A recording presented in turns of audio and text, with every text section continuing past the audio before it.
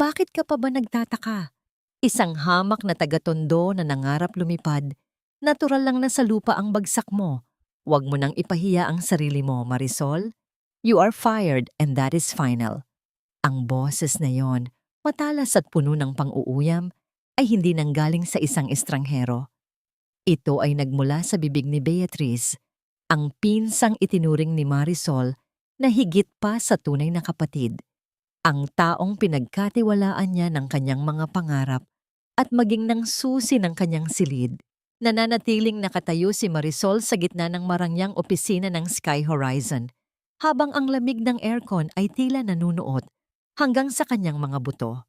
Mahigpit niyang hawak sa kanyang kaliwang kamay ang isang maliit na supot ng mainit pang pandesal at paboritong kakanin ni Beatrice na binili pa niya sa kanto ng kanilang eskinita bago pumasok.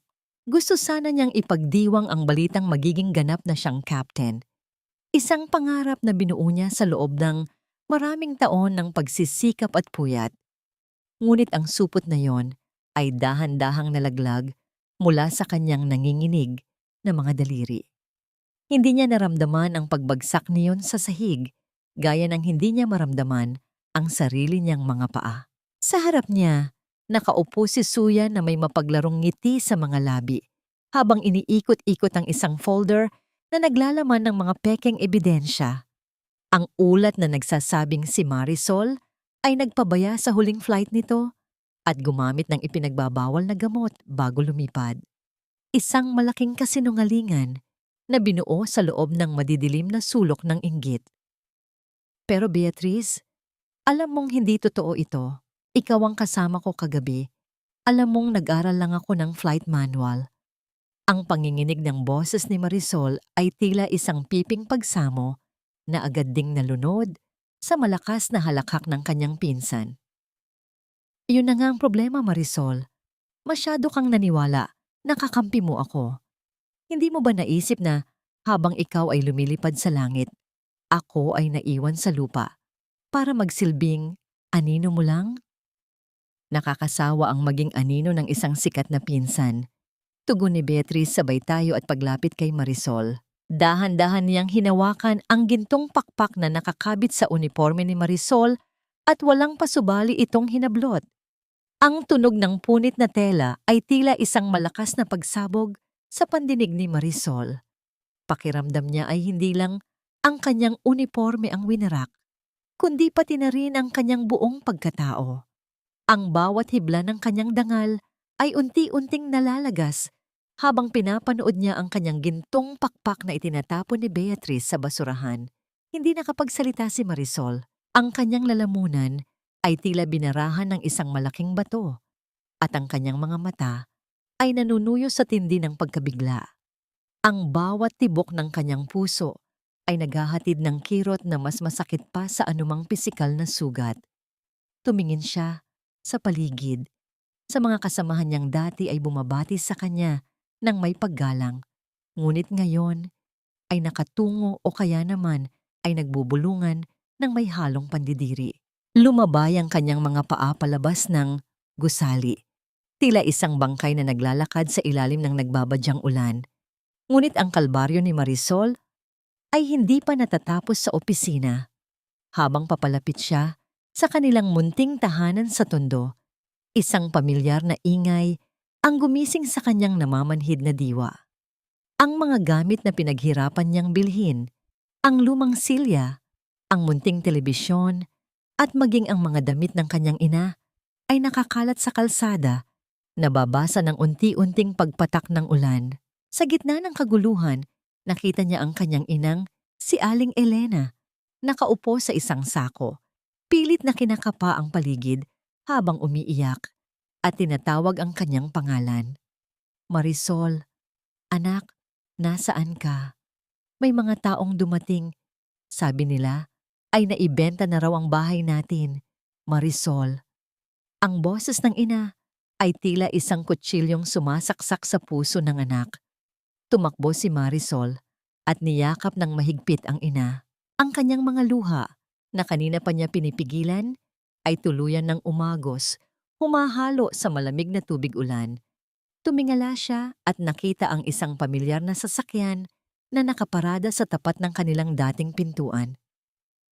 Si Beatrice, muling nakadungaw sa bintana ng kotse, may hawak na tila isang dokumento ng pagmamay-ari. Sabi ko sa iyo, Marisol, ang basura ay sa dump site ang bagsak. At ngayong wala ka ng trabaho, paano mo pa mapapakain ang bulag mong ina? Good luck sa bago ninyong buhay sa lansangan. Ang huling salitang yun ni Beatrice ay tila isang sumpa na lumutang sa hangin bago humarurot ang sasakyan nito, nagsasaboy ng maruming tubig sa mag-ina. Nakahiga si Marisol sa basang semento, yakap-yakap ang inang nanginginig sa ginaw, habang ang dilim ng gabi ay unti-unting lumalamon sa kanilang paligid. Ang tanging naririnig na lamang ay ang hikbi ng isang babaeng nawalan ng lahat sa loob ng isang iglap. Bakit ang mga taong tinulungan mong tumayo ang siya pang magtutulak sa iyo sa malalim na bangin? Saan kukuha ng lakas ang isang agilang pinutulan ng pakpak kung pati ang lupang kanyang tinituntungan ay kinuha na rin sa kanya? Huwag mong titigan ang mga paltos sa iyong kamay, Marisol. Mas lalo lang yang sasakit kung bibigyan mo ng pansin. Ibabad mo na lang sa tubig na may asin pagkatapos ng iyong shift.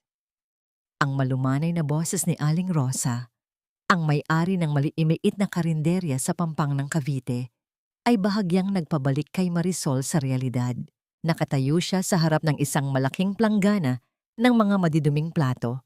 Ang kanyang mga kamay, na dati ay bihasa sa paghawak ng mga controls ng isang eroplano, ngayon ay namumula at nangungulubot dahil sa matapang na sabon at walang katapusang pagkakuskos ng sebo, amoy malansang isda, usok ng uling, at maalat na hangin ang pumalit sa bango ng mamahaling pabango at sterile na loob ng cockpit.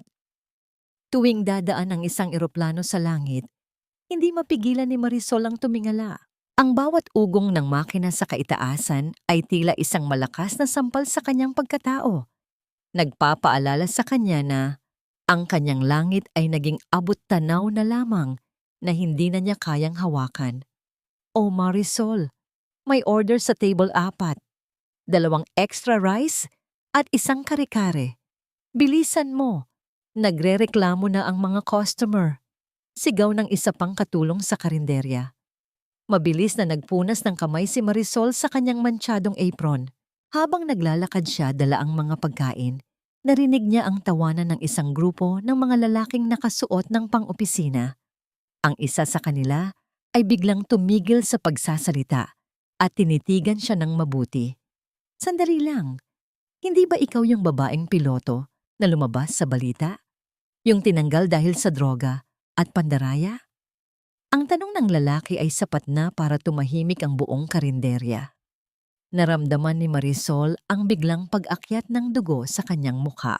Gusto niyang sumigaw, gusto niyang sabihing biktima siya ng isang malupit na balangkas, ngunit anong saysay? Para sa mundo, siya ay isang basurang itinapon na. Nanatili siyang nakayuko, inilapag ang pagkain sa mesa nang hindi tumitingin sa kanila. Sayang! Maganda sana. Kaso madumi ang record. Iba na talaga ang panahon ngayon. Kahit ang mga nasa itaas, marunong ding dumaos-dos sa putikan. Dagdag pa ng isa habang humahalakhak. Sa sulok ng kanyang mga mata, nakita ni Marisol ang isang lalaking nakaupo sa pinakamalayong mesa. Kanina pa ito doon, laging tahimik at nakasuot ng kupas na t-shirt. Si Rafa. Ang lalaking nagtatrabaho bilang kargador sa pantalan, ngunit laging tumatambay sa karinderya ni Aling Rosa. Hindi ito nagsasalita, pero ang kanyang mga mata ay laging nakasunod kay Marisol. Nang akmang maglalakad na si Marisol, pabalik sa kusina, natisod siya sa isang nakausling ugat ng puno. Ang basong tubig na kanyang dala ay tumapon at muntik na siyang bumagsak sa semento. Ngunit bago pa man dumapo ang kanyang katawan sa lupa, isang matigas at malakas na bisig ang sumalo sa kanya. Hindi ito ang yakap ng isang prinsepe sa mga fairy tale. Ang mga kamay ni Rafa ay magaspang, amoy pawis at dagat. Ngunit naramdaman ni Marisol ang isang kakaibang seguridad. Sa loob ng ilang segundo, nagtagpo ang kanilang mga paningin. Walang awa o panghuhusga sa mga mata ni Rafa, kundi isang malalim na pag-unawa.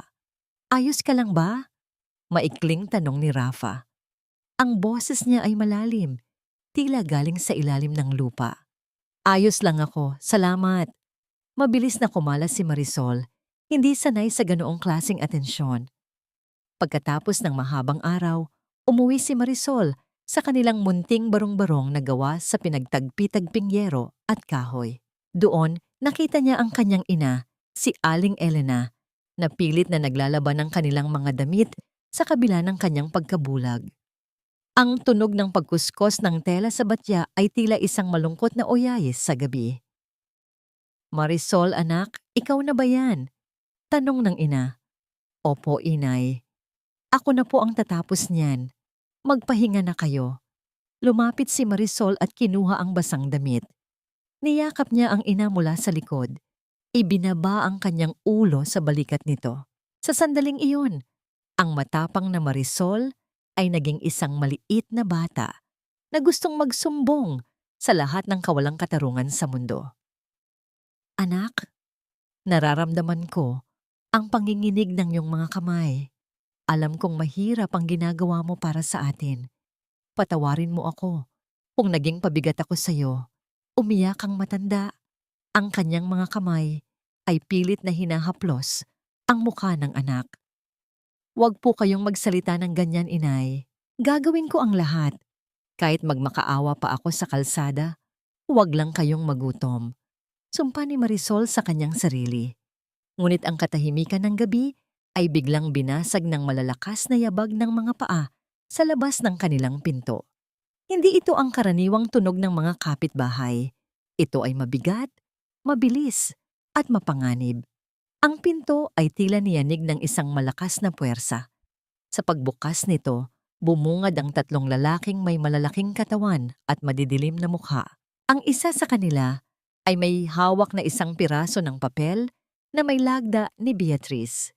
Marisol Salvador, kami ang naniningil para sa utang ng iyong pinsang si Beatrice. Dahil ikaw ang nakalagay na garantor sa pinirmahan na niyang loan, sa iyo kami maniningil, ₱250,000 plus interest. Kung hindi ka makakapagbayad ngayon, kukunin namin ang anumang halaga na mayroon ka rito. O kaya naman, ang barong-barong na ito ang gigibain namin. Napatayo si Marisol, hinarang ang kanyang ina.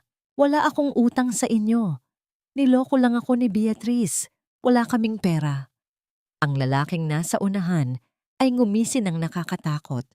Dahan-dahang inilibot ang tingin sa loob ng kanilang munting tirahan. Wala kaming pakialam kung niloko ka.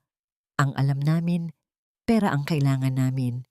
At kung wala kang pera, ang kanyang kamay ay dahan-dahang lumapit sa leeg ni Marisol. Maraming paraan para magbayad ang isang magandang babaeng katulad mo. Sa gitna ng takot at galit, isang anino ang biglang humarang sa pintuan.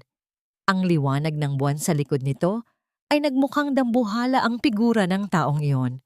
Umalis kayo rito bago ko makalimutang tao rin ang kaharap ko. Ang boses ni Rafa ay tila isang babala mula sa kailaliman ng impyerno. Hindi tayo kailangang dumanak ng dugo rito. Ngunit kung hindi kayo lalabas sa pintuang yan, sa loob ng 3 segundo, sisiguraduhin kong hindi na ninyo magagamit ang mga kamay ninyo sa paniningil kailanman. Ang boses ni Rafa ay hindi malakas, ngunit ang bawat salita ay tila may bigat ng bakal na bumabagsak sa sahig. Nanatili siyang nakatayo sa pagitan ni Marisol at ng 3 lalaki. Ang kanyang mga balikat ay tila isang pader na hindi kayang tibagin. Ang pinuno ng mga maniningil, si Gardo, ay bahagyang napaatras. Mayroon sa aura ni Rafa, isang panganib na nakatago sa likod ng kanyang maputik na hitsura ang nagpatigil sa kanilang masamang balak. Ang tensyon sa loob ng munting silid ay tila kuryenteng dumadaloy sa hangin.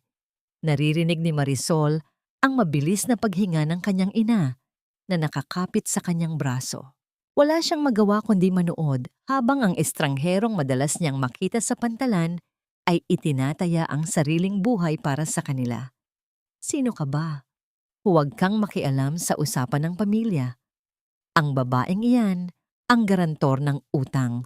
Singal ni Gardo, bagaman bakas ang kaba sa kanyang boses. Isa lang akong taong marunong tumanaw ng hirap at ayaw ng gulo sa lugar na ito. Sagot ni Rafa. Dahan-dahan siyang humakbang pasulong. Ang bawat yapak niya sa sahig na gawa sa kawayan ay lumilikha ng isang mabigat na tunog na tila babala ng isang darating na unos. Sa huli, nanaig ang takot sa mga maniningil. Hindi pa tayo tapos, Marisol. Babalik kami at sa susunod, hindi sapat ang isang kargador para protektahan ka. Bulyaw ni Gardo bago sila mabilis na naglakad palayo. Ang kanilang mga yabag ay unti-unting nabaon sa katahimikan ng gabi. Naiwan ang katahimikan na tila isang mabigat na kumot sa loob ng barong-barong. Dahan-dahang humarap si Rafa sa mag-ina. Ang kanyang mga mata na kanina ay puno ng apoy ay lumambot ng magtama ang paningin nila ni Marisol. Maraming salamat, Rafa, bulong ni Marisol. Ang kanyang boses ay tila isang marupok na sinulid na anumang oras ay mapuputol dahil sa pagod at takot. Hindi ko alam kung bakit mo ito ginagawa. Wala akong maibabayad sa iyo. Hindi sumagot si Rafa. Sa halip, lumapit siya kay Aling Elena at marahang inalalayan ang matanda para maupo sa papag. Ang kanyang mga kilos ay maingat. Tila ba natatakot siyang mabasag ang marupok na katawan ng matanda. Hindi ko kailangan ng bayad. Ang mahalaga ay ligtas kayo. Maikling tugon niya. Sa liwanag ng isang maliit na lampara, napansin ni Marisol ang isang gasgas sa braso ni Rafa.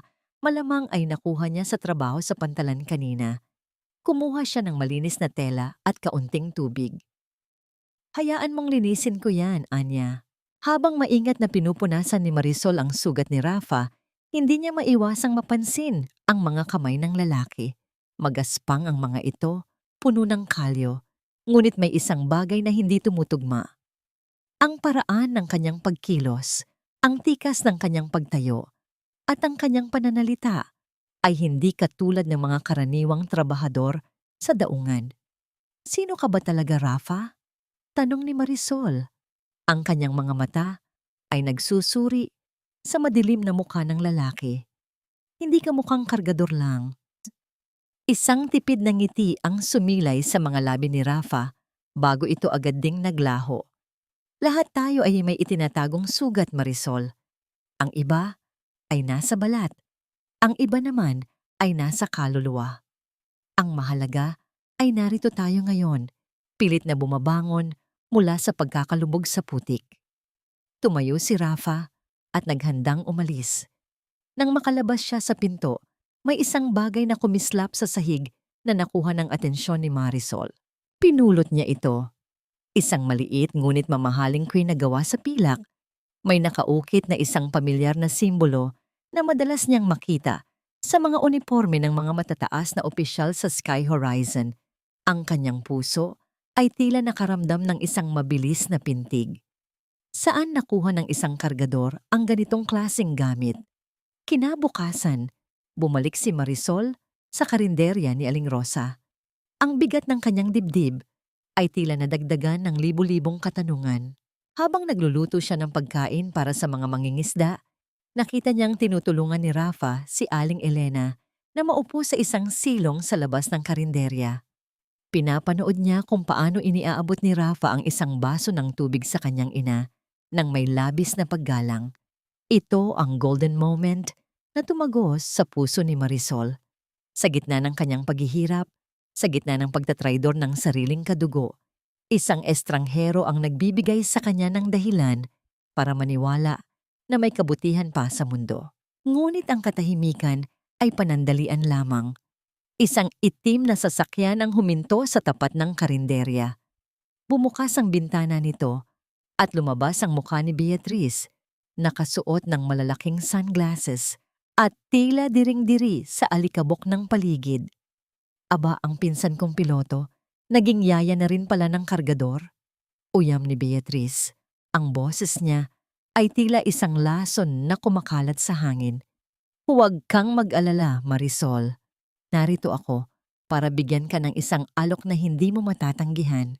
Isang paraan para mabayaran mo ang lahat ng utang mo kung handa ka lang lumuhod sa harap ko. Kaya mo bang lunukin ang natitira mong dignidad para sa ilang pirasong barya, Marisol? O baka naman sanay ka na sa amoy ng napanis na pagkain at malansang isda? Ang boses ni Beatrice ay tila isang matalim na kuko na kumakalos sa sugat na hindi pa naghihilom. Nakatayo siya sa gitna ng maalikabok na karinderya. Ang kanyang mamahaling bestida na gawa sa seda ay tila isang insulto sa paligid na puno ng uling at usok. Sa tabi niya ay si Mark, ang lalaking dati ay nangako ng kasal kay Marisol, ngunit ngayon ay nakahawak sa baywang ni Beatrice nang walang bakas ng pag-aalinlangan. Hindi sumagot si Marisol. Ang kanyang mga kamay ay mahigpit na nakakapit sa tray na naglalaman ng mga basong may lamat. Ramdam niya ang init ng singaw mula sa nilagang baka na humahalo sa malagkit na pawis sa kanyang noo. Ang kaibahan ng kanilang kalagayan ay tila isang malalim na bangin. Si Beatrice ay kumikinang sa ginto, habang si Marisol ay nababalot ng uling ng kahirapan. "Don't be so hard on her, hon," uyam ni Mark, bagaman ang kanyang mga mata ay puno ng mapanghusgang tingin kay Marisol. "Baka nakakalimutan mong dating Cebu Pacific sweetheart ang pinsan mo. Sayang lang, mas pinili niyang maging kriminal kaysa maging piloto." "Sayang talaga," susog ni Beatrice habang dahan-dahang lumalapit kay Aling Elena na nakaupo sa isang sulok. Lalo na para kay Tia Elena. Akala niya siguro hanggang ngayon ay nasa langit pa rin ang anak niya. Dahan-dahang hinawakan ni Beatrice ang balikat ng matanda. "Tia, alam niyo ba kung ano ang ginagawa ng paborito ninyong anak ngayon? Hindi siya nagpapalipad ng eroplano. Nandito siya, naguhugas ng mga pinagkainan ng mga mangingisda, namamalimos ng barya para lang may pambili kayo ng gamot." Nabitawan ni Marisol ang tray na hawak. Ang tunog ng mga basong nagkabasag-basag sa semento ay tila ang pagkadurog na rin ng kanyang puso. "Tama na, Beatrice. Kunin mo na ang lahat sa akin. Huwag mo lang saktan ng inay." Sigaw ni Marisol. Ang kanyang boses ay nanginginig sa matinding pagsusumamo at galit. Humalakhak ng malakas si Beatrice, isang tunog na puno ng lason. "Bakit, Marisol? Masakit bang malaman ng ina mo na ang anak niyang akala niya ay reyna ay isa na palang alila sa pampang? Ito ang nararapat sa iyo. Ang manatili sa putikan habang ako ang tinatawag na Madam sa Sky Horizon." Lumapit si Marisol sa kanyang ina. Nais itong ilayo sa malupit na presensya ni Beatrice. Ngunit bago pa siya makapagsalita, naramdaman niya ang malamig at kulubot na kamay ni Aling Elena na humahanap sa kanyang mga daliri. Dahan-dahang hinaplos ng matanda ang magaspang na palad ng anak. Ang mga daliri nito ay dumaan sa bawat kalyo at paltos na nakuha ni Marisol sa pagtatrabaho. "Anak." Ang mahinang boses ni Aling Elena ay tila isang haplos ng anghel sa gitna ng impyerno. "Kahit amoy uling ka, kahit maputik ang iyong mga paa, para sa akin, ikaw pa rin ang pinakamabangong bituin. Hindi ang taas ng lipad ang nagsasabi kung sino ka, kundi ang lalim ng iyong pagmamahal sa akin. Huwag kang makinig sa kanila, Marisol. Ang ginto ay nananatiling ginto, kahit ibaon mo pa sa dumi." Ang golden moment na yon ay tila nagpatahimik sa buong mundo. Ang panlalait ni Beatrice ay biglang nawalan ng talim sa harap ng wagas na pag-ibig ng isang ina. Napayuko si Marisol, ang kanyang mga luha ay pumatak sa mga kamay ng ina. Mga luhang hindi na dahil sa kahihiyan, kundi dahil sa labis na pasasalamat. Mula sa madilim na sulok ng kusina, nakatayo si Rafa. Ang kanyang mga kamao ay nakakuyom hanggang sa mamuti ang kanyang mga buko-buko. Ang bawat pangungutya ni Beatrice ay tila isang saksak sa kanyang sariling dangal. Gusto niyang lumabas at tapusin ang kahibangan ng mga taong ito, Ngunit alam niyang hindi pa ito ang tamang oras. Ang kanyang mga mata ay nakapako kay Beatrice, isang tingin na puno ng panganib at isang pangakong pagbabayad. Tara na Mark, masyadong mabaho ang hangin dito. Maarteng sabi ni Beatrice, habang nagpapagpag ng kanyang damit, tila ba nadumihan siya sa pagtapak sa karinderya. Huwag kang mag-alala, Marisol. Hindi pa tayo tapos. Marami pa akong inihandang sorpresa para sa'yo. Humarurot ang sasakyan ni na Beatrice, nag-iiwan ng makapal na alikabok na tila sumasakal sa hininga ni Marisol. Naiwan siyang nakatayo sa gitna ng mga basag na kristal. Yakap ang kanyang inang nanginginig. Naramdaman ni Marisol ang isang kamay na pumatong sa kanyang balikat. Paglingon niya, nakita niya si Rafa. Walang salita. Iniabot lamang ni Rafa ang isang malinis na tela para pampunas sa kanyang mga luha. Sa sandaling iyon, napansin ni Marisol ang isang bagay, ang paraan ng pagtayo ni Rafa, ang awtoridad sa kanyang mga mata, at ang nakakuyong pa ring mga kamay na tila handang pumatay para sa kanya. Rafa, bakit hindi ka lumabas kanina? Tanong ni Marisol sa pagitan ng hikbi. Dahil ang mga taong tulad nila ay hindi dinadaan sa salita. Marisol, sagot ni Rafa, ang boses niya ay tila isang bulong ng nagbabadyang unoos. At dahil gusto kong makita mo kung gaano kakatibay sa harap ng kanilang panunukso. Tandaan mo ito, ang agila ay maaaring bumagsak, pero hindi kailanman ito magiging manok. Bumalik si Rafa sa dilim, ngunit naiwan kay Marisol ang isang matinding katanungan. Sa gitna ng kanyang pagkawasak, bakit tila ang estrangherong ito ang tanging nakakakita sa kanyang tunay na halaga? At ano ang tunay na layunin nito sa pananatili sa tabi niya? Hindi ko malilimutan ang apelyidong iyon kahit mamatay pa ako, Marisol. Ang pamilyang Montenegro at ang mga kasosyo nilang mga Valeriano, sila ang kumuha ng liwanag sa mga mata ng nanay mo. Ang mga salitang yon ni Aling Rosa ay tila isang kidlat na tumama sa gitna ng tahimik na hapon.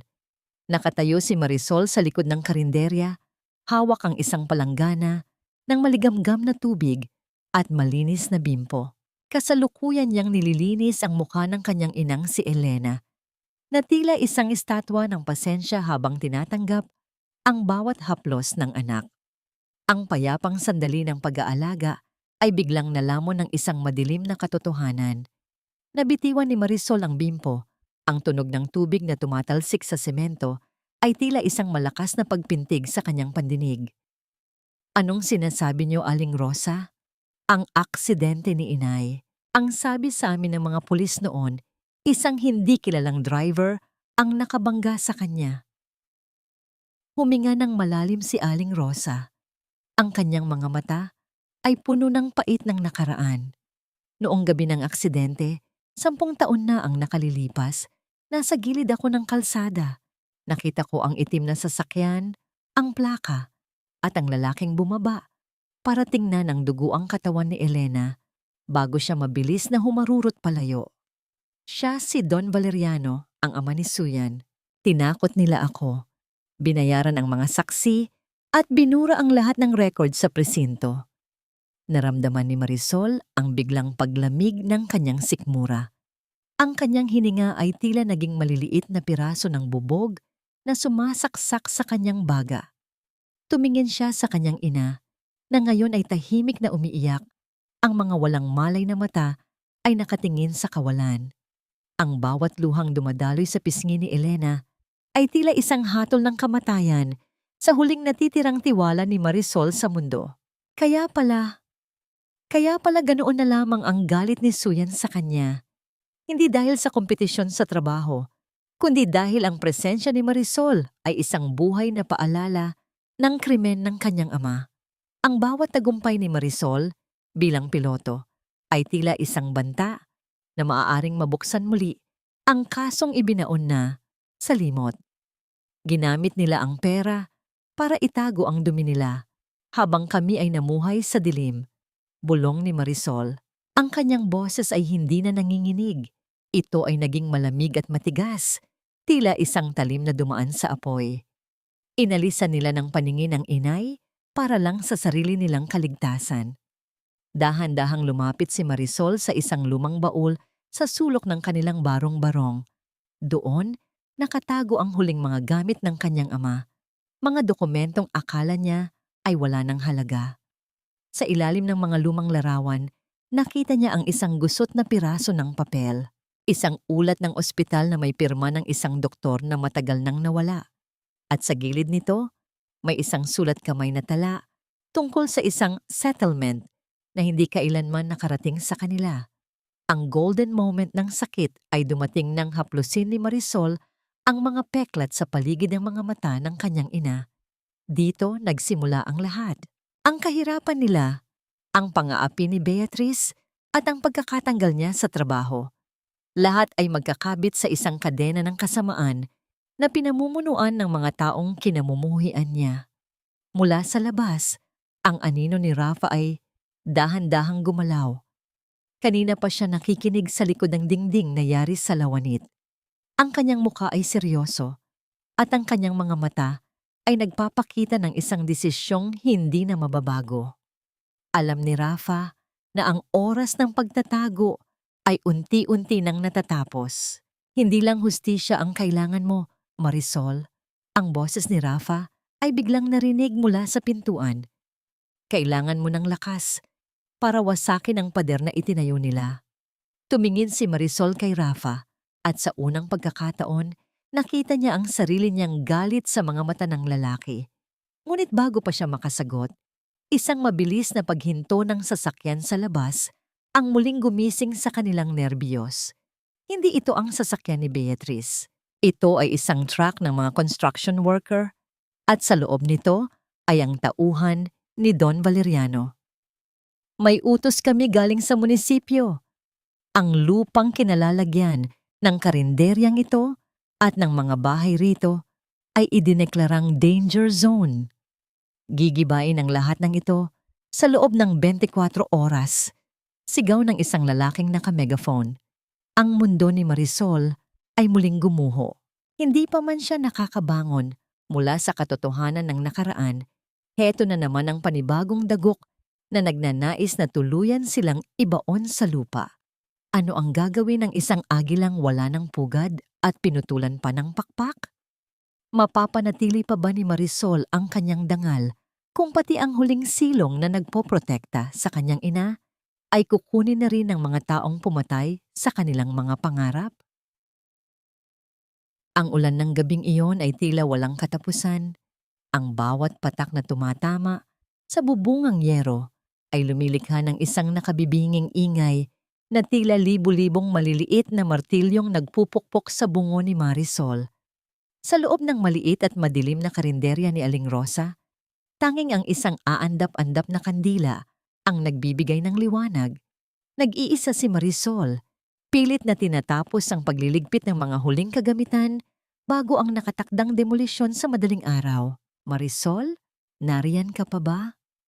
Isang pamilyar ngunit mapanganib na boses ang narinig mula sa labas.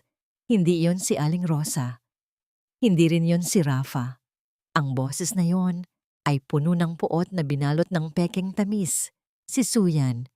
Kasama nito ang dalawang lalaking nakasuot ng itim na jacket. Ang kanilang mga muka ay halos hindi maaninag sa ilalim ng suot na sombrero. Ano ang ginagawa mo rito, Suyan? Hindi pa ba sapat na kinuha ninyo ang lahat sa akin? Tanong ni Marisol, habang pilit na itinatago ang panginginig ng kanyang mga kamay sa likod ng kanyang apron. Masyado ka kasing matigas ang ulo, Marisol. Uyam ni Suyan habang dahan-dahang humahakbang papasok sa karinderya. Ang tunog ng kanyang mamahaling sapatos sa basang ang sahig ay tila isang babala ng kamatayan. Akala mo ba ay hahayaan kitang mabuhay ng tahimik? Hanggat nariyan ang mga kamay na yan, ang mga kamay na nagpaikot ng gulong ng eroplanong dapat ay sa akin. Hindi ako mapapakali. Sa isang iglap, nagbigay ng hudyat si Suyan sa kanyang mga kasama.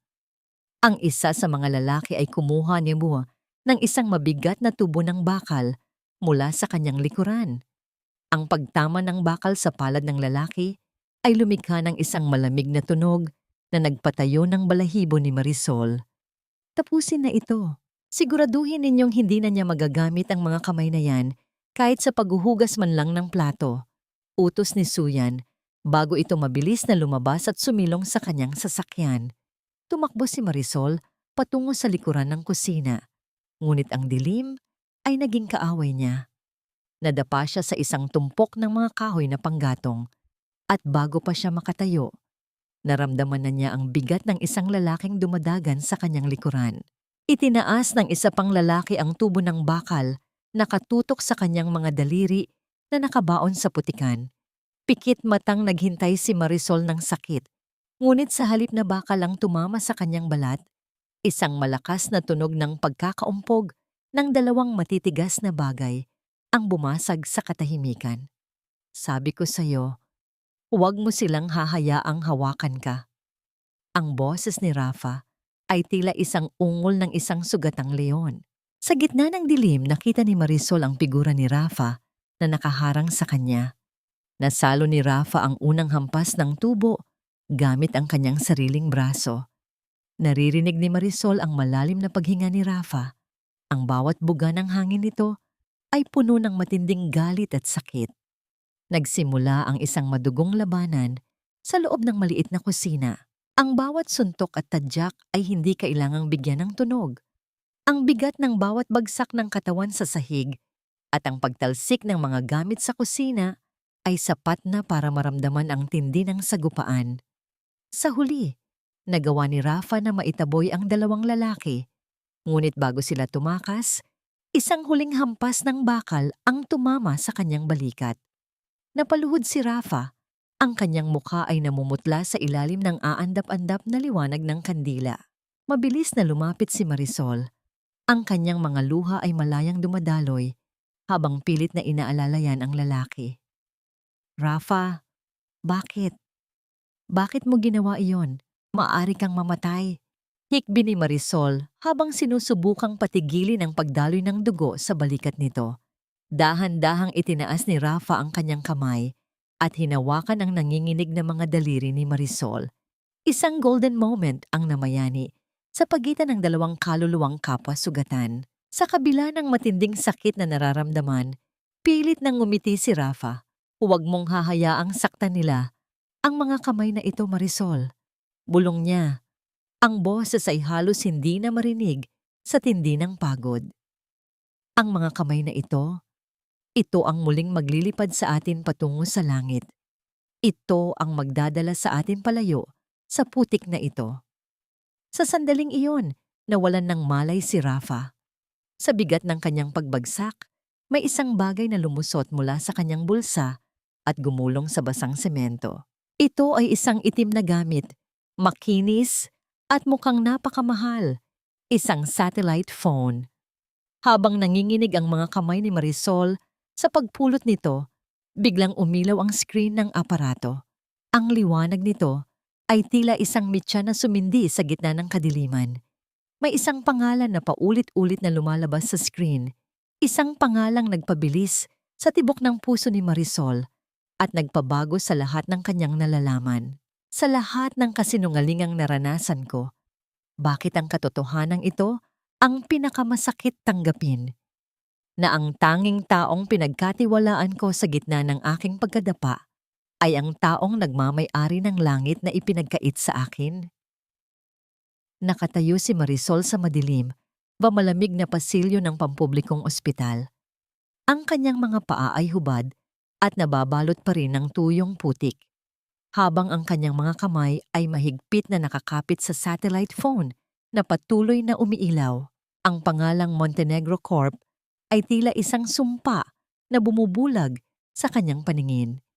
Sa loob ng puting silid na amoy gamot at kamatayan, nakahiga ang lalaking kilala niya bilang Rafa.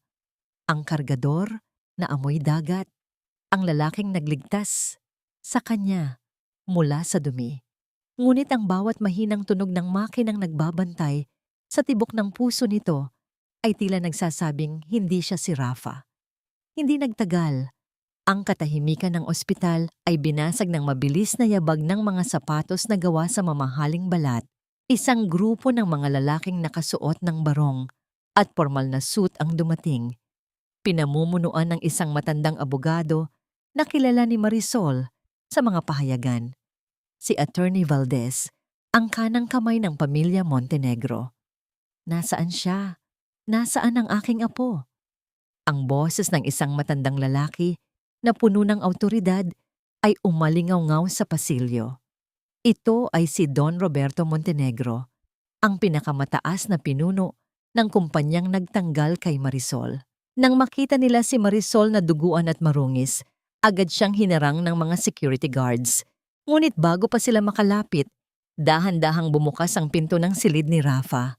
Doon, nakatayo ang lalaki, nakabalot ng benda ang balikat, at kahit maputla ay bakas ang dugong bughaw sa bawat galaw. Lolo, itigil niyo yan. Siya ang nagligtas sa akin. Ang boses ni Rafa ay hindi na ang malalim at paos na boses ng isang kargador. Ito ay malamig, diretso, at puno ng kapangyarihan. Marisol, halika rito. Pumasok si Marisol sa silid ng nanginginig ang buong katawan. Inilapag niya ang satellite phone sa lamesa. Rafa? O kung sino ka man, ano ang ibig sasabihin nito? Huminga ng malalim ang lalaki at hinawakan ng kamay ni Marisol. Ang tunay kong pangalan ay Rafael Montenegro. Patawarin mo ako kung nagsinungaling ako. Nagkunwari akong trabahador sa daungan para imbestigahan ang malawakang korupsyon sa loob ng sarili naming kumpanya. Alam ko ang ginawa nila sa iyo, Marisol. Alam ko ang ginawa ni Suyan at ng kanyang ama. Ang golden moment ay naganap nang kuhanin ni Rafael ang isang malaking itim na bag mula sa kanyang abogado. Binuksan niya ito sa harap ni Marisol. Sa loob niyon ay isang bagong-bagong uniforme ng pilot captain. May 4 na gintong guhit sa balikat at ang sagisag ng sky horizon na kumikinang sa ilalim ng ilaw. Sa loob ng maraming buwan, pinanood kita. Bulong ni Rafael habang hinahaplos ang pisngi ni Marisol na may bahid pa ng uling. Nakita ko kung paano mo nilinis ang mga plato nang may dangal na tila nagpapalipad ka ng Boeing 747. Nakita ko ang tibay ng puso mo sa harap ng panlalait ng iyong pinsan. Marisol, ang langit ay hindi para sa mga taong marunong lang humawak ng manibela, kundi para sa mga taong may kaluluwang hindi kayang basagin ng anumang unos. Naramdaman ni Marisol ang pagguho ng kanyang galit, napalitan ng isang emosyong hindi niya maipaliwanag. Ang lalaking sinandalan niya sa kahirapan ay siya palang magbibigay sa kanya ng susi para muling makalipad. Ngunit sa likod ng pag-asang ito, may takot pa ring bumabalot sa kanya. Bakit ako, Rafael? Bakit kailangan mong dumaan sa ganitong hirap para lang sa isang katulad ko? Tanong ni Marisol. Ang kanyang mga mata ay puno ng luha. Dahil ikaw ang kailangan ng Sky Horizon para malinis ang pangalan nito at dahil lalong humigpit ang hawak ni Rafael sa kanyang kamay. Dahil ikaw ang kailangan ng puso ko para muling maniwala sa katapatan. Inabot ni Rafael ang uniforme kay Marisol. Suotin mo ito. Bukas, babalik tayo sa kumpanya. Hindi bilang isang waitress, kundi bilang pinakabatang senior captain at kinatawan ng pamilya Montenegro. Oras na para bawiin ang langit, Marisol. At oras na para pagbayarin ang mga taong akala ay pag-aari nila ang tadhana ng iba. Habang yakap ni Marisol ang uniformeng amoy bagong tela, isang matinding cliffhanger ang lumitaw sa kanyang isipan. Paano niya haharapin ang kanyang pinsang si Beatrice at si Suyan sa loob ng kumpanyang dating yumurak sa kanya? At higit sa lahat, sapat na ba ang pag-ibig at kapangyarihan ni Rafael para protektahan siya sa oras na malaman ng mga Valeriano na ang kanilang lihim ay unti-unti nang nabubunyag? Huwag ninyong hayaang madumihan ng basurang yan, ang ating lobby. Guard, bakit hinayaan ninyong makapasok ang babaeng ito na amoy isda at uling?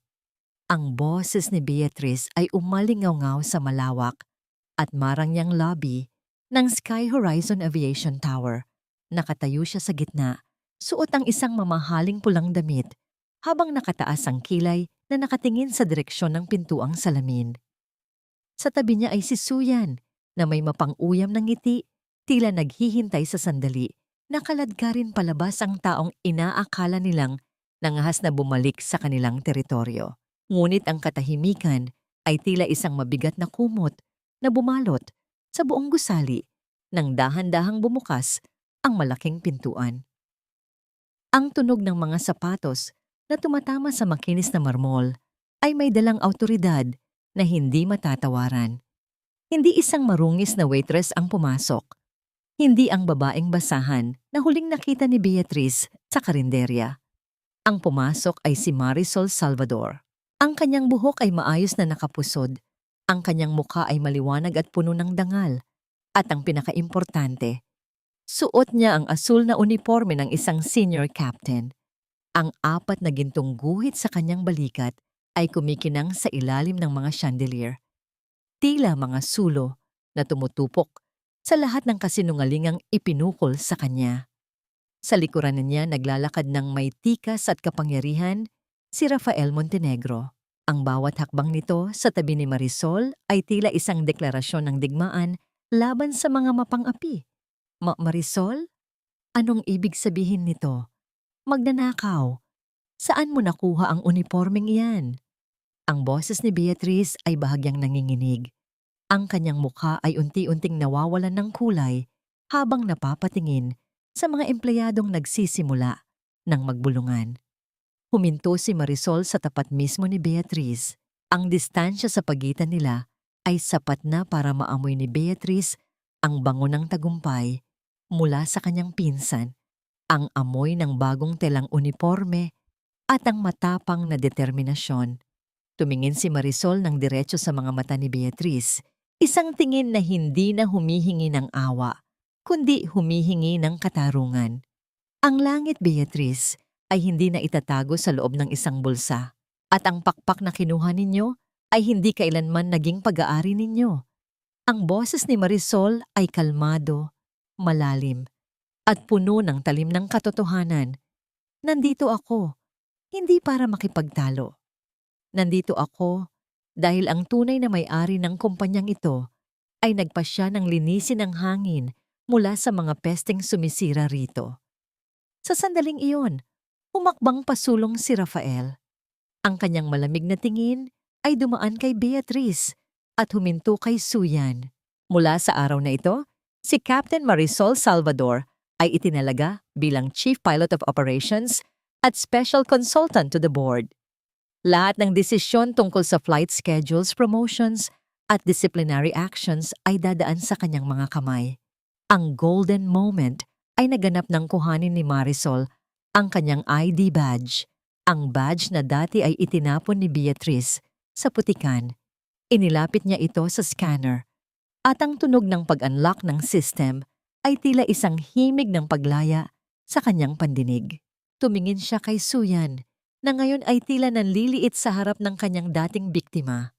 Suyan Valeriano, nabalitaan kong ikaw ang itinalagang papalit sa posisyon ko, uyam ni Marisol. Ngunit ayon sa mga record na nakuha ni Rafael, may mga butas ang iyong flight logs.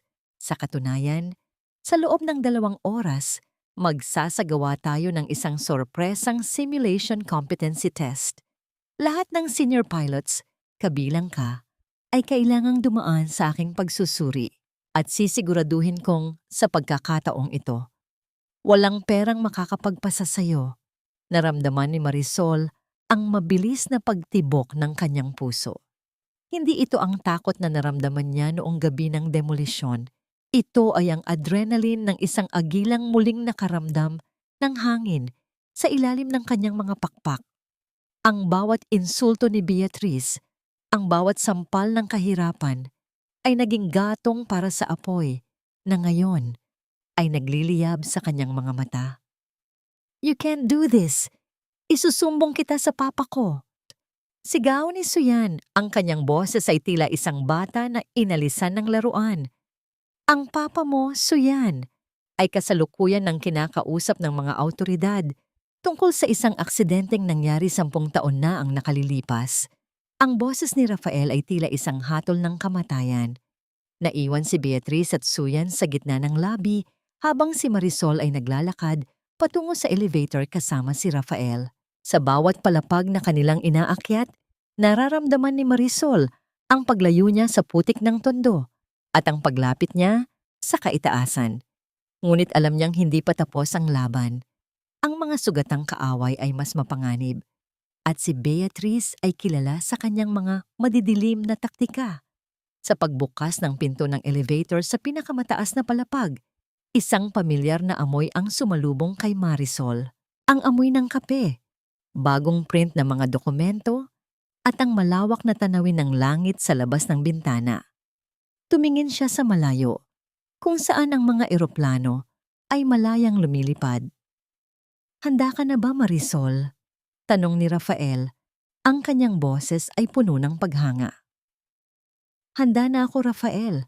Dahil sa pagkakataong ito, hindi lang ako lilipad para sa pangarap ko. Lilipad ako para sa hustisya ng lahat ng taong tinapakan nila." Tugon ni Marisol. Ngunit sa gitna ng kanilang paghahanda, isang tawag ang natanggap ni Marisol sa kanyang bagong telepono. Ang boses sa kabilang linya ay nanginginig at puno ng takot. Ito ay si Aling Rosa. "Marisol, si Elena. Isinakay siya ni Beatrice sa sasakyan. Sabi niya ay mamamasyal daw sila, pero nakita ko ang mukha ni Beatrice. Marisol, parang wala na siya sa sariling isip." Ang cliffhanger na ito ay tila isang mabilis na pagbagsak mula sa langit. Gagamitin ba ni Beatrice ang tanging kahinaan ni Marisol, ang kanyang inang bulag, para pigilan ang pagbagsak ng kanilang imperyo? Magagawa bang isakripisyo ni Marisol ang kanyang muling nakamit na tagumpay para sa kaligtasan ng kanyang ina? Huwag kang masyadong kampante sa suot mong uniforme, Marisol. Ang 4 na guhit sa balikat mo ay madaling mapapalitan ng itim na tela ng pagluluksa kung hindi ka marunong sumunod sa laro ko. Ang boses ni Beatrice sa kabilang linya ay tila isang malamig na haplos ng kamatayan sa pandinig ni Marisol. Nakatayo si Marisol sa gitna ng kanyang bagong opisina. Ang malawak na bintana ay nagpapakita ng kalangitang dati ay pinangarap niyang abutin. Ngunit ngayon ay tila isang malaking bilangguan. Ang kamay niyang may hawak ng telepono ay nanginginig ng labis, sapat na para marinig ang bawat mabilis na pintig ng kanyang puso sa katahimikan ng silid. Ngayon pa lamang siya muling nakakahinga bilang isang piloto. Ngayon pa lamang niya nararamdaman ang dulas ng telang nagpapatunay ng kanyang dangal. Ngunit sa isang iglap, ang tagumpay na yon ay naging lasa ng abo. Nasaan ang inay Beatrice? Isang buhok niya lang ang malagas. Sisiguraduhin kong sa impyerno ang bagsak mo. Iyang boses ni Marisol ay halos pabulong na dahil sa tindi ng sipayo, isang pagsasama ng galit at lupaypay na takot. "Masyado ka namang madrama, pinsan." Humalakak si Beatrice, isang tunog na puno ng lason at kawalang hiyaan. "Ipinapasyal ko lang ang mahal nating Tia Elena. Naawa lang ako sa kanya dahil baka nababagot na siya sa bahay ninyong amoy uling. At huwag mong kalimutan ang utang na loob mo sa akin. Noong wala kang trabaho, sino ba ang nagbigay sa inyo ng pansin? Ngayon, ako naman ang hihingi ng pabor. Ang simulation test ni Suyan mamaya, alam mo na ang dapat mong gawin. Ipasa mo siya. O baka hindi na makita ng nanay mo ang daan pa uwi." Ibinaba ni Beatrice ang tawag. Iniiwan si Marisol na tila isang estatwa sa gitna ng karangyaan. Ang bawat dekorasyon sa loob ng opisina ay tila nanunukso sa kanyang kawalan ng lakas. Ang bawat sandali ng kanyang pagsisikap ay tila pinagtatawanan ng tadhana. Sa loob ng kanyang dibdib, ang bawat paghinga ay tila isang pakikipagbuno sa 1,000 tinik. Nais ni Marisol na sumigaw. Nais niyang wasakin ang lahat ng nakikita niya, ngunit ang kanyang katawan ay nananatiling nakapako sa kinatatayuan. Ang kanyang mga mata ay nakapokus sa isang maliit na frame ng larawan sa kanyang mesa. Ang larawan nilang mag-ina noong bata pa siya, noong buo pa ang paningin ni Aling Elena at puno pa sila ng pag-asa. Paano niya magagawang ipasa ang isang taong papatay sa daan-daang pasahero dahil sa kawalan ng kakayahan? Ngunit paano niya hahayaang mamatay ang tanging taong nagbigay sa kanya ng buhay? Dahan-dahang lumapit si Rafael sa opisina ni Marisol. Nakita niya ang pamumutla ng mukha ng babae at ang pagbagsak ng balikat nito. Marisol, anong nangyari? Oras na para sa simulation ni Suyan. Hinihintay na tayo ng Board of Directors. Tumingin si Marisol kay Rafael. Ang kanyang mga mata ay puno ng isang sakit na hindi kayang ipaliwanag ng anumang salita. Gusto niyang sabihin ang totoo. Gusto niyang humingi ng tulong. Ngunit naalala niya ang banta ni Beatrice na may mga mata ito sa loob ng kumpanya. Wala ito, Rafael. Medyo nahilo lang ako. Pagsisinungaling ni Marisol, ang bawat salita ay tila isang panibagong sugat sa kanyang konsensya. Sa loob ng flight simulator room, ang tensyon ay tila isang makapal na usok. Nakaupo si Suyan sa cockpit. Ang kanyang mga kamay ay nanginginig at pawisan, habang si Marisol ay nakatayo sa likuran bilang chief examiner. Sa kabilang panig ng salamin, nakamasid si Rafael at ang iba pang matataas na opisyal. Ang golden moment ay naganap nang magsimulang magbigay ng instruksyon si Marisol. Sa bawat salitang binibitawan niya, nararamdaman niya ang bigat ng katotohanan. Nakita niya kung paano nagkamali si Suyan sa mga pangunahing switch, kung paano ito nagpanik nang magkaroon ng peking turbulence. Sa normal na pagkakataon, bagsak na agad si Suyan. Ngunit sa tuwing akmang susulatan ni Marisol ang failure report, naaalala niya ang boses ni Aling Elena na tumatawag sa kanyang pangalan sa dilim. Marisol, ang gamot ko. Nasaan ka na, anak? Tila naririnig niya ang bulong ng ina sa kanyang isipan. Ang micro-tension ay lalong tumindi nang biglang bumukas ang pinto ng simulator at pumasok ang isang tauhan ni Beatrice. May bitbit na isang maliit na paper bag. Inilapag nito ang bag sa tabi ni Marisol. Sa loob niyon ay ang paboritong rosaryo ni Aling Elena. Ang rosaryong hinding-hindi nito binibitawan. May bahid ito ng sariwang dumi ng lupa. Naramdaman ni Marisol ang paghinto ng mundo. Ang kanyang paningin ay nagdilim at ang tunog ng makina ng simulator ay tila naging isang mahabang tili sa kanyang pandinig. Ang kanyang kamay na may hawak ng ballpen ay dahan-dahang gumalaw patungo sa kahon ng past. Ngunit bago pa man dumapo ang dulo ng panulat sa papel, isang malakas na alarm ang tumunog sa loob ng system. Ang simulator ay nagpakita ng isang fatal engine failure. Si Suyan ay sumigaw sa takot. Binitawan ang control wheel at itinakip ang mga kamay sa kanyang mukha. Kung ito ay tunay na eroplano, lahat sila ay bumagsak na sa dagat. Tumingin si Rafael kay Marisol. Ang kanyang mga mata ay puno ng pagduda at paghihintay. Sa labas ng silid, nakita ni Marisol ang anino ni Beatrice sa hallway. Nakangisi habang itinataas ang kanyang cellphone, handang magbigay ng utos sa kanyang mga tauhan. Ang puso ni Marisol ay tila hinahati sa dalawa. Ang kanyang dangal bilang piloto laban sa buhay ng kanyang ina. Ang katarungan para sa mga biktima ng mga Valeriano laban sa kaligtasan ng taong pinakamahal niya. Captain Salvador, anong hatol mo? Ang tanong ng isa sa mga board members ay tila isang huling hininga bago ang pagbagsak. Isang matinding cliffhanger ang bumalot sa silid. Pipiliin ba ni Marisol ang past para iligtas ang ina? Kahit alam niyang itinataya niya ang buhay ng libu-libong tao sa hinaharap? O pipiliin niya ang katotohanan, kapalit ng isang trahedyang hindi niya kailanman mapapatawad ang sarili? At sino ang misteryosong tao sa loob ng kumpanya na nagsabotahe sa simulator ni Suyan sa gitna ng pagsusulit? Pumirma ka, Marisol.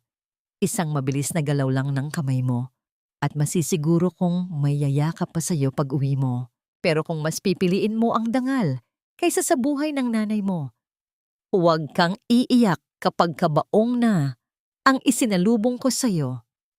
Ang mga salitang ito ni Beatrice, na parang lason na bumubulong sa isipan ni Marisol, ay mas malakas pa kaysa sa ingay ng alarm sa loob ng flight simulator.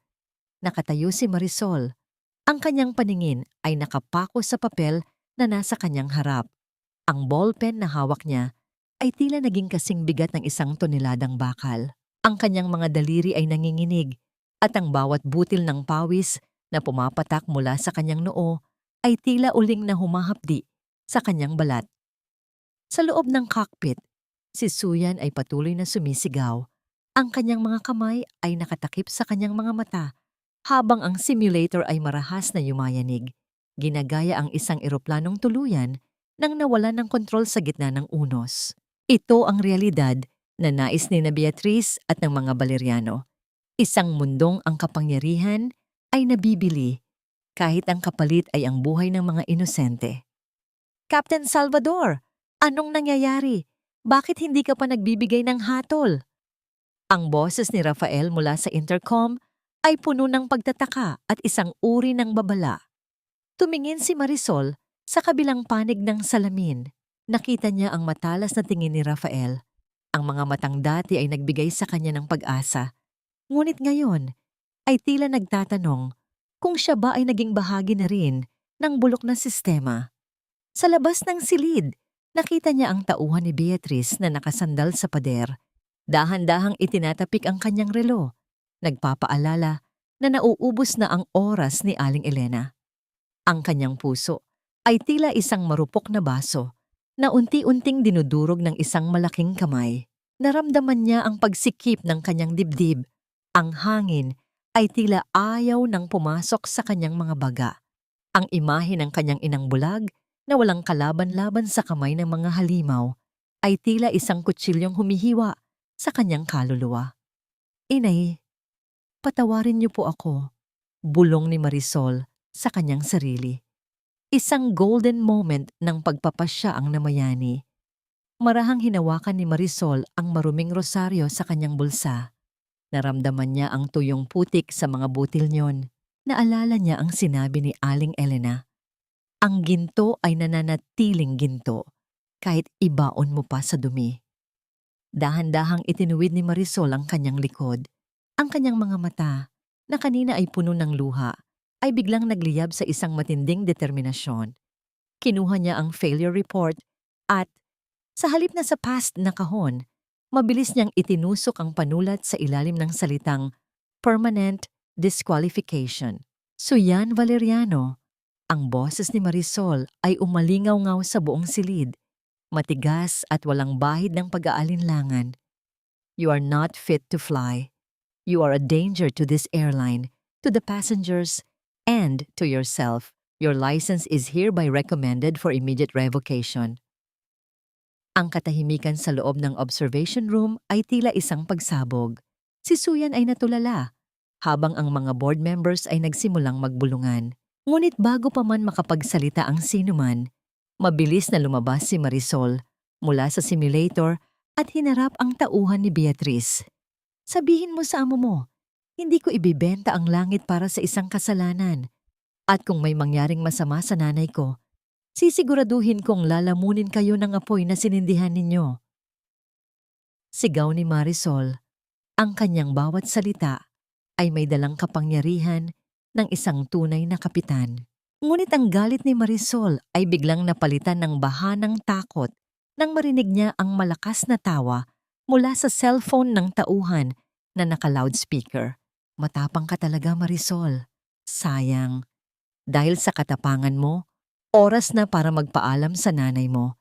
Itulak na iyan sa bangi. Ang boses ni Beatrice ay puno ng baliw na kagalakan. Hindi! Tili ni Marisol. Akmang susugod siya, ngunit isang kamay ang humawak sa kanyang balikat. Si Rafael iyon.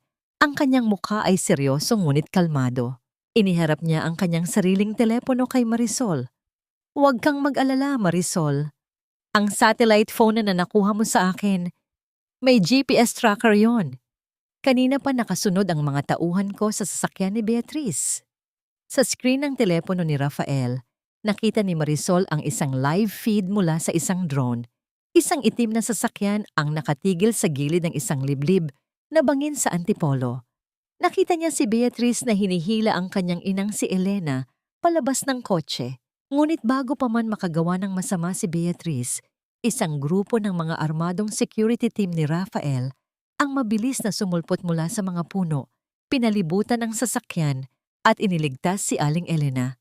Nang hina ang mga tuhod ni Marisol, napaluhod siya sa sahig, ang kanyang mga kamay ay nakatakip sa kanyang mukha habang ang mga hagulgol na kanina pa niya pinipigilan ay tuluyan ng kumawala. Ang bawat patak ng kanyang luha ay tila paghuhugas sa lahat ng dumi at takot na naranasan niya. Ngunit ang tagumpay ay may kapalit. Sa gitna ng kaguluhan sa bangin, nakita sa drone camera si Beatrice na, sa desperasyon, ay sumakay muli sa sasakyan at mabilis itong pinaharurot. Sa bilis ng takbo nito, nawalan ito ng kontrol at dire-diretsong bumulusok sa malalim na bangin. Ang malakas na tunog ng pagbagsak ng sasakyan at ang pagsiklab ng apoy sa ilalim ng bangin ay tila isang huling hininga ng isang madilim na kabanata. Naramdaman ni Marisol ang yakap ni Rafael. Tapos na, Marisol, ligtas na ang inay at wala na ang mga taong sumisira sa iyong langit. Ngunit habang nakasandal si Marisol sa dibdib ni Rafael, isang mapait na tanong ang nanatili sa kanyang isipan. Maari ba talagang maging masaya ang isang tao kung ang kapalit ng kanyang kaligtasan ay ang kamatayan ng kanyang sariling kadugo? At sa pagkawala ni Beatrice, mahanap na nga ba ni Marisol ang tunay na kapayapaan o ang anino ng nakaraan ay mananatiling nakabuntot sa kanyang bawat paglipad? Hindi ang apoy ng puot ang tumatapos sa isang laban, kundi ang malamig na katotohanan na wala ka nang kailangang patunayan sa mga taong hindi kailanman naniwala sa iyo. Nakatayo si Marisol sa tapat ng malawak na salamin ng silid pulong ng Sky Horizon Aviation.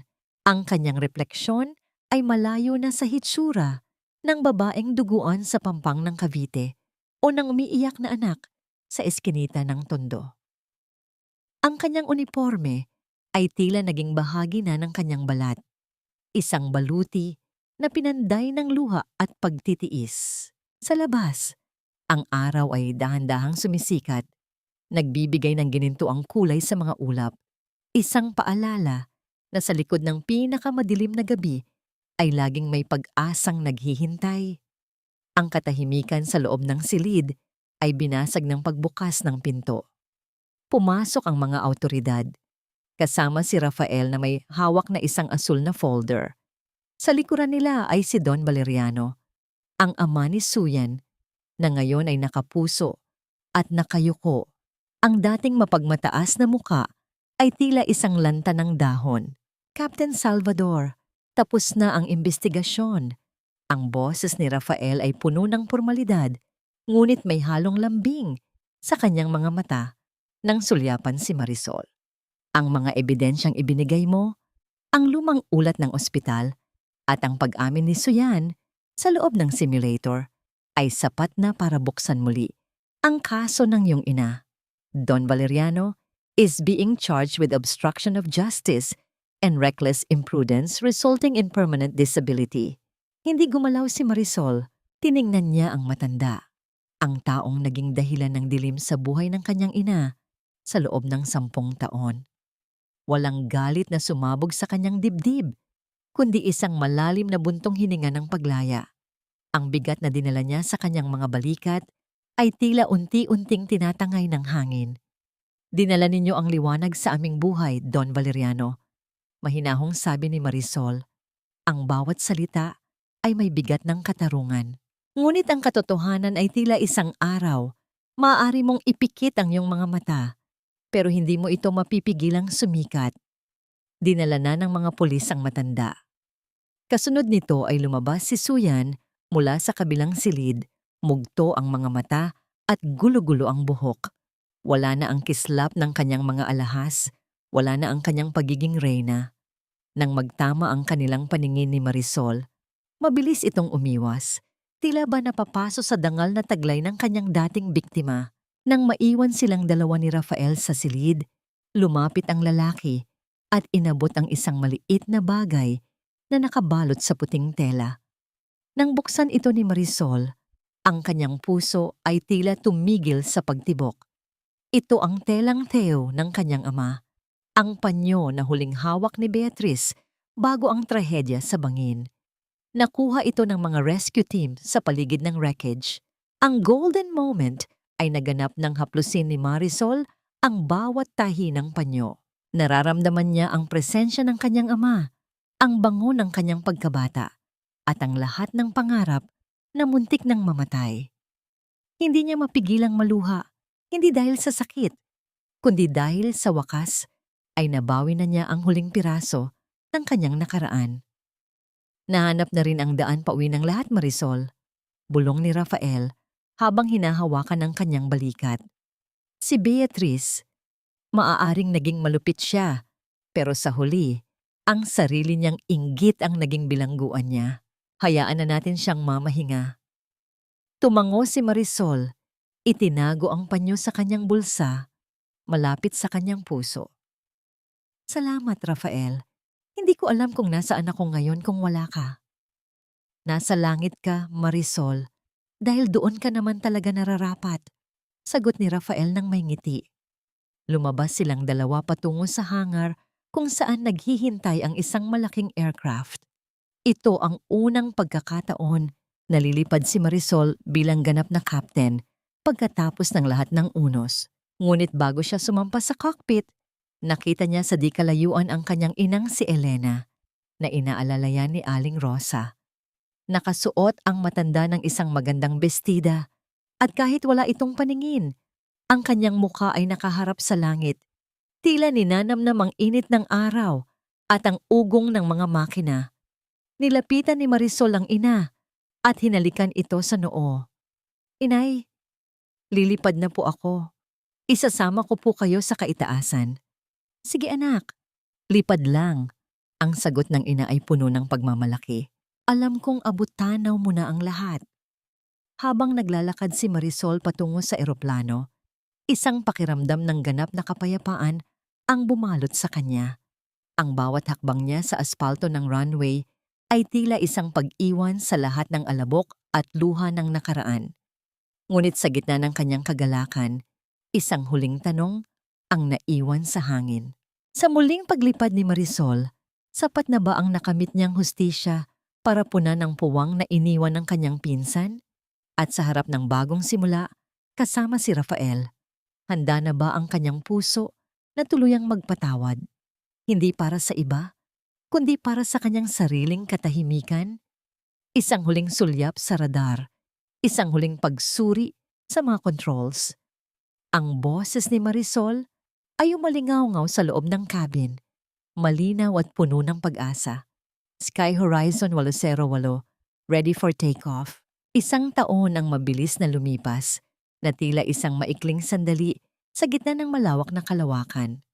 Ang sikat ng araw sa hapong iyon ay tila may dalang kakaibang init, humahaplos sa mga pakpak ng isang puting eroplano na dahan-dahang lumalanding sa runway ng Sky Horizon Aviation Academy.